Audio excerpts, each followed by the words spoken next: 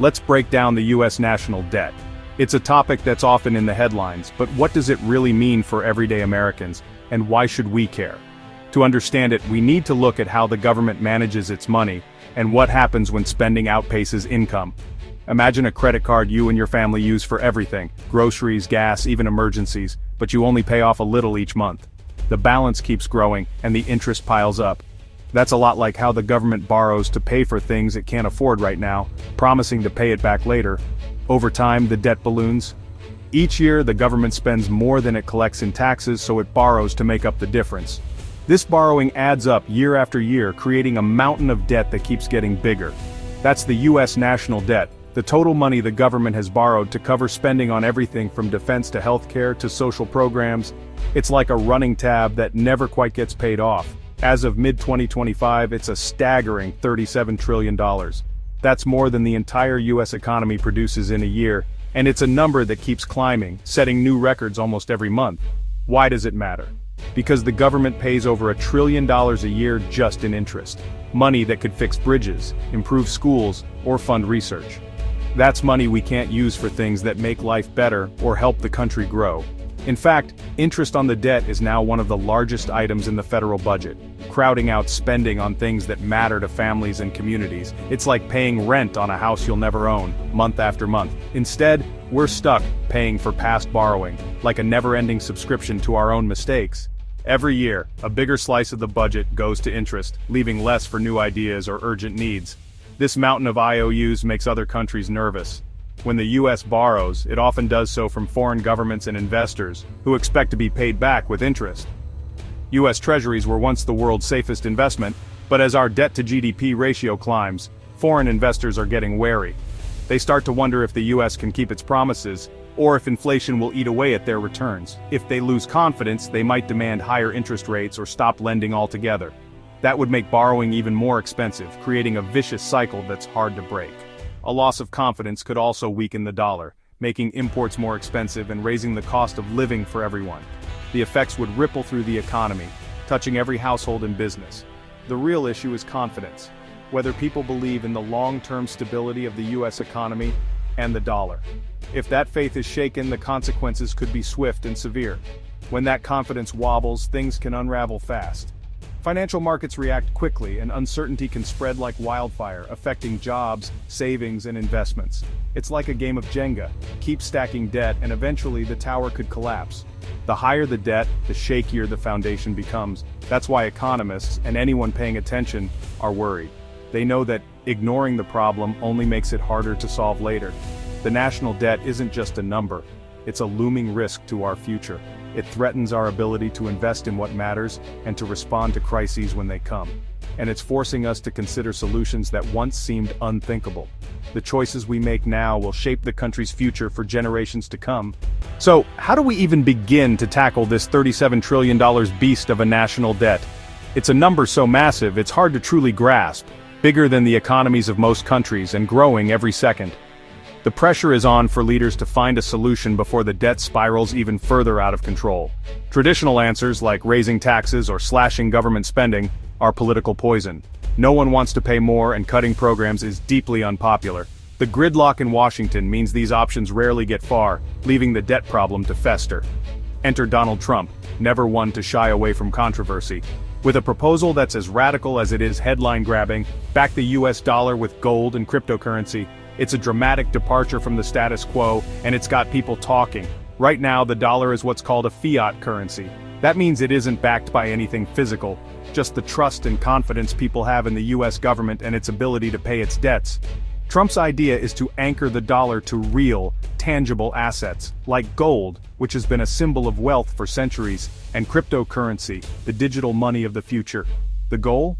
Restore credibility to the dollar and hopefully lower the government's borrowing costs.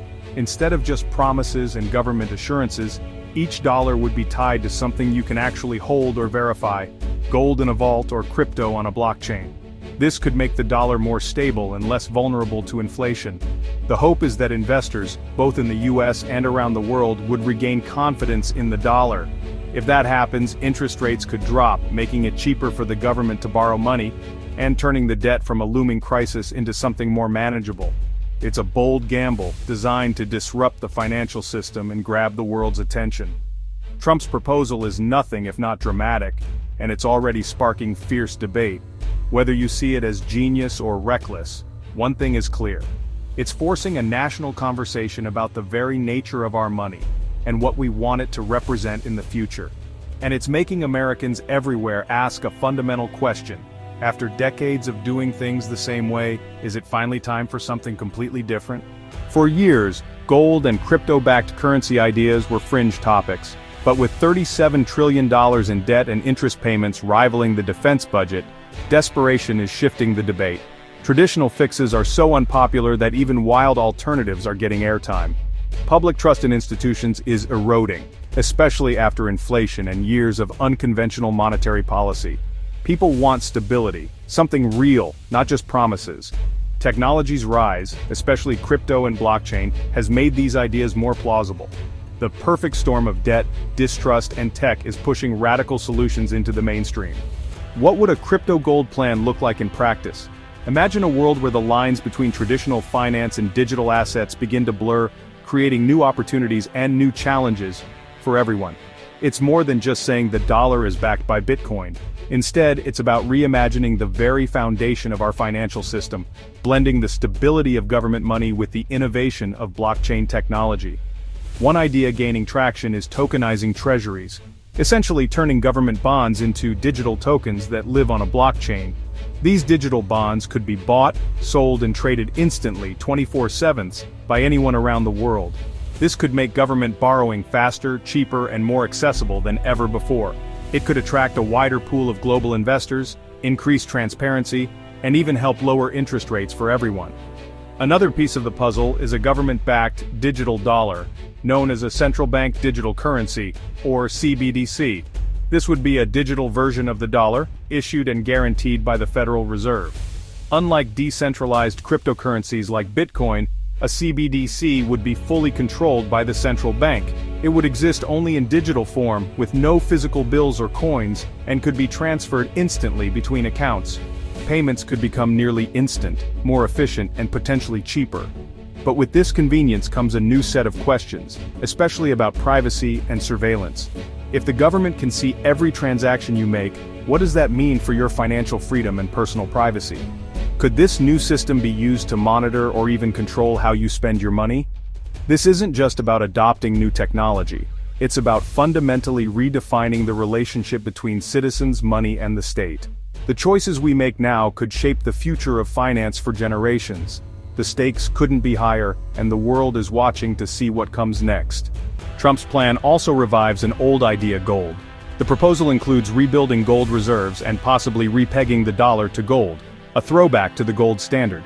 Gold-backed money limits how much the government can print, forcing fiscal discipline.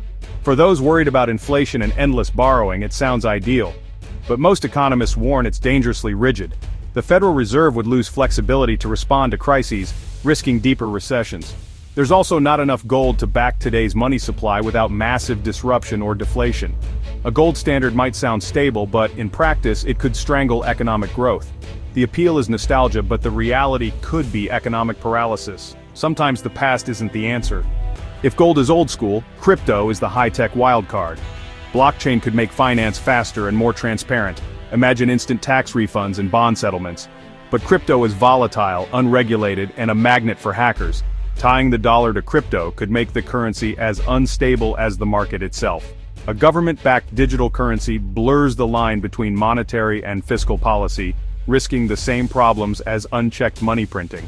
The decentralized ethos of crypto clashes with government control. Who holds the keys? Who sets the rules? The risks, instability, cyber attacks, and new questions about power and trust.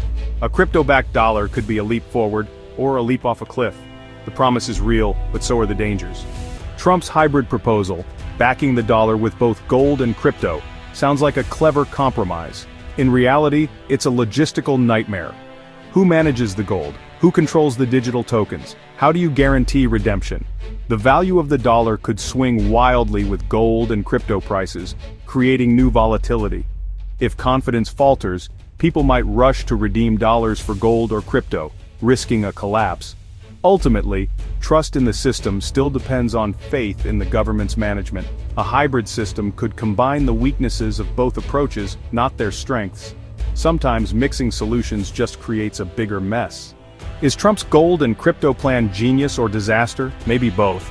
The risks are huge: economic rigidity, tech volatility, and global instability. But ignoring the conversation would be a mistake. The debt is unsustainable, trust is eroding, and people are anxious about the future. This proposal forces us to confront tough questions about money, government, and stability. Even if the plan isn't the answer, the debate is overdue. We can't keep ignoring the problem. The road is running out. The real value here is in sparking a national reckoning, because doing nothing is no longer an option.